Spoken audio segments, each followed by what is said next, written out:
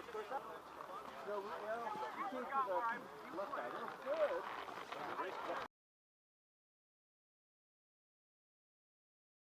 Normally, you think about if you were like a telephone pole and you want to turn your boat side, you lean over like this, keel side to lean over like this. It's not really fitting. You think of your front leg or both legs as steering wheel. As I'm sitting here, you know, I can tip my board up. That controls your turn radius. If I'm going like this, I'm not going to turn very much. If I'm cranking over our edge, it's going like crazy. That's our steering wheel. So what we're going to do is work on that exercise. The thing with this is, a real quick trick for the heel side especially, is take your rear hand, put it on your front knee. It's kind of weird, but it automatically sets up this stacked body position. The board tips up a little bit more, and your body's up right over it. You start going faster and turning harder, you start dropping your hand down to your boots. The board really notice the shoulder, the level to the shoulder.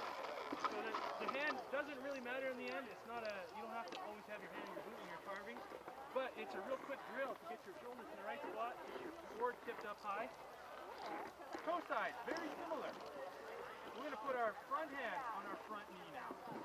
So again, we got our shoulders level, we tip the board over like this, a bit of a pelvic thrust for Tim, he likes that. A lot. Kind of uncomfortable actually. And same thing, you even go down to the toes, to the heels in a really laid out turn. The idea is shoulders are just flat and level, body's fairly upright, and you let your hips go. Should feel tension in your wrist. Pushing toe side. Lean over on the toe side, and your wrist is trying to fly with your hip. Yeah, you feel that tension. Yeah, tension.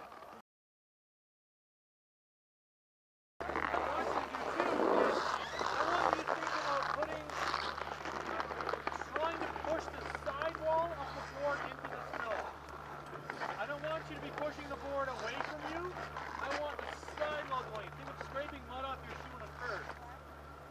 Kind of weird on the toe side, but same thing. I want you to push that way. That's also true for stacking your body up and driving the board into the snow.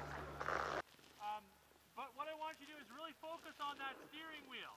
Drive your knees in the turn. The board will turn sharper. Give each other lots of room. I'm going to go down and try to be a good example. We'll see if I fall or not. We'll hope not. And just we'll meet down somewhere by the guy in the yellow, I think is a good spot. Okay. Just one at a time. Watch each other go and learn from each other.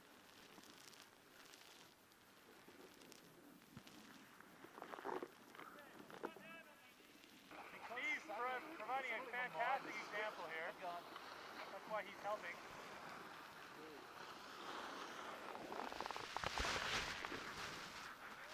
Try and be really slow and methodical. Watch Finn here. Upright shoulders. Board's tucked over on the edge. Beautiful. Got the fall line, which if you rolled a beach ball down the hill, it would just roll down the fall line. So right here, I mean, maybe a little bit towards the trees, but it's going to go down. So we've got a line down the snow. Sorry if you guys can't quite see the snow here, but if you do very shallow turns, so your turns are looking like this, you're going to build a lot of speed as you go through each corner, and that's where you find you run out of skill, I'll say, and start chattering out. What I want to see instead is make the arcs round.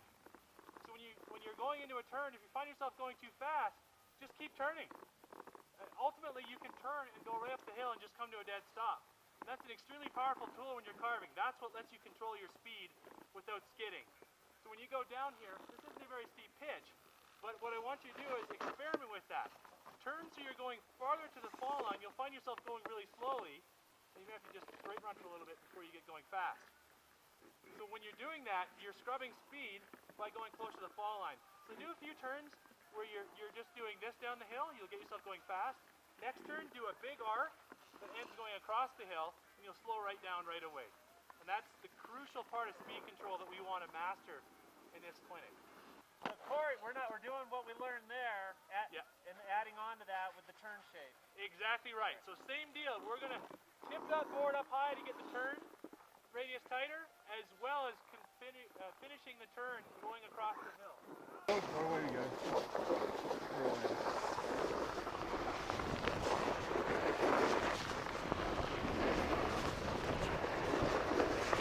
We're going to do the exact same run again. Same thing. We're going to go over that crest and stop there and talk and go to the next little lesson. Okay?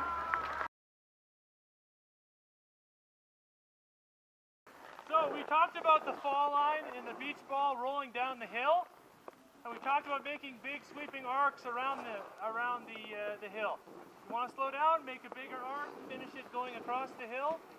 Now what we want to talk about is edge chatter. I know some of the people had some chatter, and you feel a lot of pressure building at the end of the turn.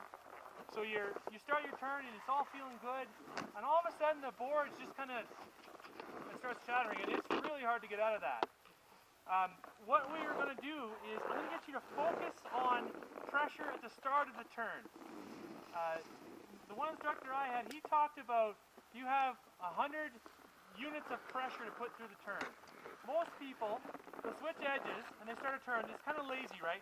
You put your board up on edge and you're like, come on, turn, come on. And all of a sudden it starts turning. At this point you're usually going by the fall line and you're going really fast. And come on, now pressure really starts building. You can feel it, right? You're getting pushed down the board. And then all of a sudden the chatter starts. The board just skips out of the snow. The snow just can't take the pressure. We've got 100 units of pressure. Instead of using 20 at the start and 80 at the end, I want to use 60 at the start. And then the balance, another 30 and 30 through the end. So when we start the turn, instead of doing a lazy edge change up high, come over, put the board on edge, and wait for it, and there it starts turning down the hill. Instead, I want you to make that edge change and hammer it into the snow. Now, I got a little disclaimer here. This stuff's soft. Hammering is relative. East Coasters, you can absolutely drive the nose of the board in the snow when you're on icy terrain. On this stuff, you got to be a bit more gentle. But still, I want you to, when you edge change, Corey, you mean downwind, right? downwind. Yes, that's right. Downweighting is another word for this. So as you switch edges, it's get the board in the snow. In some of the articles you read, like by Jack Michaud on the Bomber Forum, he talks about carving the uphill edge. That's what we're doing here. You finish your turn across the fall line, start the next turn. None of this lazy stuff. I want drive the board in the snow, get the board turning. What you're going to notice is when you do this, the board's going to turn now. There's not going to be a delay. Instead of an arc that starts out like this and has a hook at the end, it's going to be start turning immediately and you'll come out of it really quickly. Making sense? Yep. So I'm going to do a few of these, and I'm going to do it very exaggerated.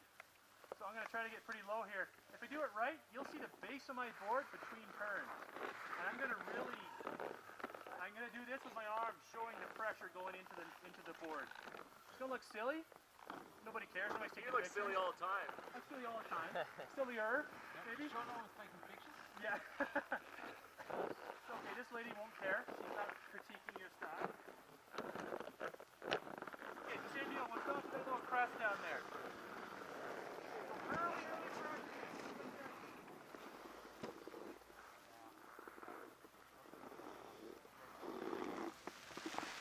Saw the base of his board. We're going to see the base again. Yeah, can't see him. Not really. Oh! And don't be afraid to experiment. What is with either driving the nose or leaning back on the heel side and see what happens. I know different board manufacturers. I'm on a VSR, it's variable, so it has lower or higher side cut at the beginning or the back. You may want to drive it a bit more, depending on the board you're in. Perfect place to experiment. See what happens. We were talking, those guys that were on the chair with me, we were talking about, to me, that's a classic intermediate plateau. You're very static. All right, turns can happen, but they're slow. If you want to make a turn fast, you better be dynamic, up and down. Feel like a jackrabbit. Do it so much you feel silly here. Let's do it though. So what is the up and what is the down? You stand up to release. As I'm going across the hill, just before I'm about to start the turn, I'm going to stand up. All right, when I stand up, for an eighth of a second, that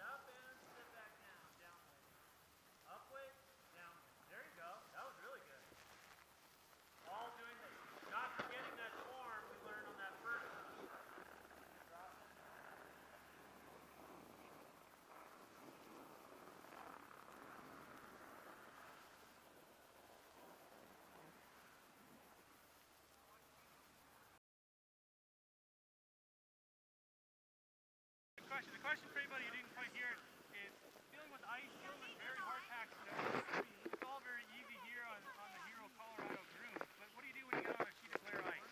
You're local riding, it looks like a hockey rink, which thankfully, I get that all the time. Well, not thankfully, but the key there is that angulation.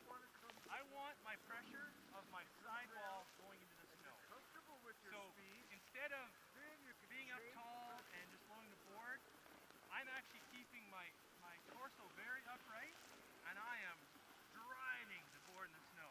When it's ice, I'm putting my weight about 8 inches ahead of my binding and just hammering that bugger in there. The idea is get a trench started, and the board can ride the trench. Now, a trench on ice may be like so small nobody can see it, but it's still there. And the other thing is the physics just won't allow you to do the full-on Euro burst on ice. It's not there. If you touch a hand on the ice while you're upright, that may be as low as you'll ever get that day.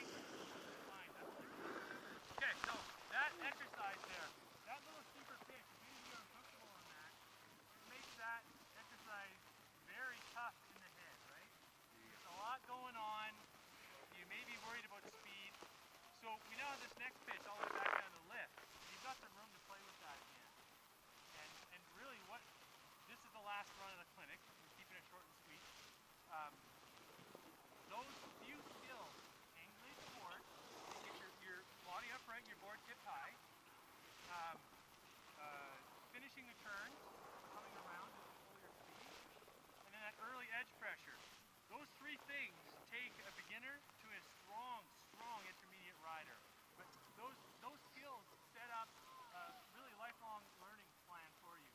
If your day's going bad, if you're having a crappy day on the hill, go back to a green, go back to touch your knee, tip the board up high, finish the turn, and drive the board in the snow a little bit early.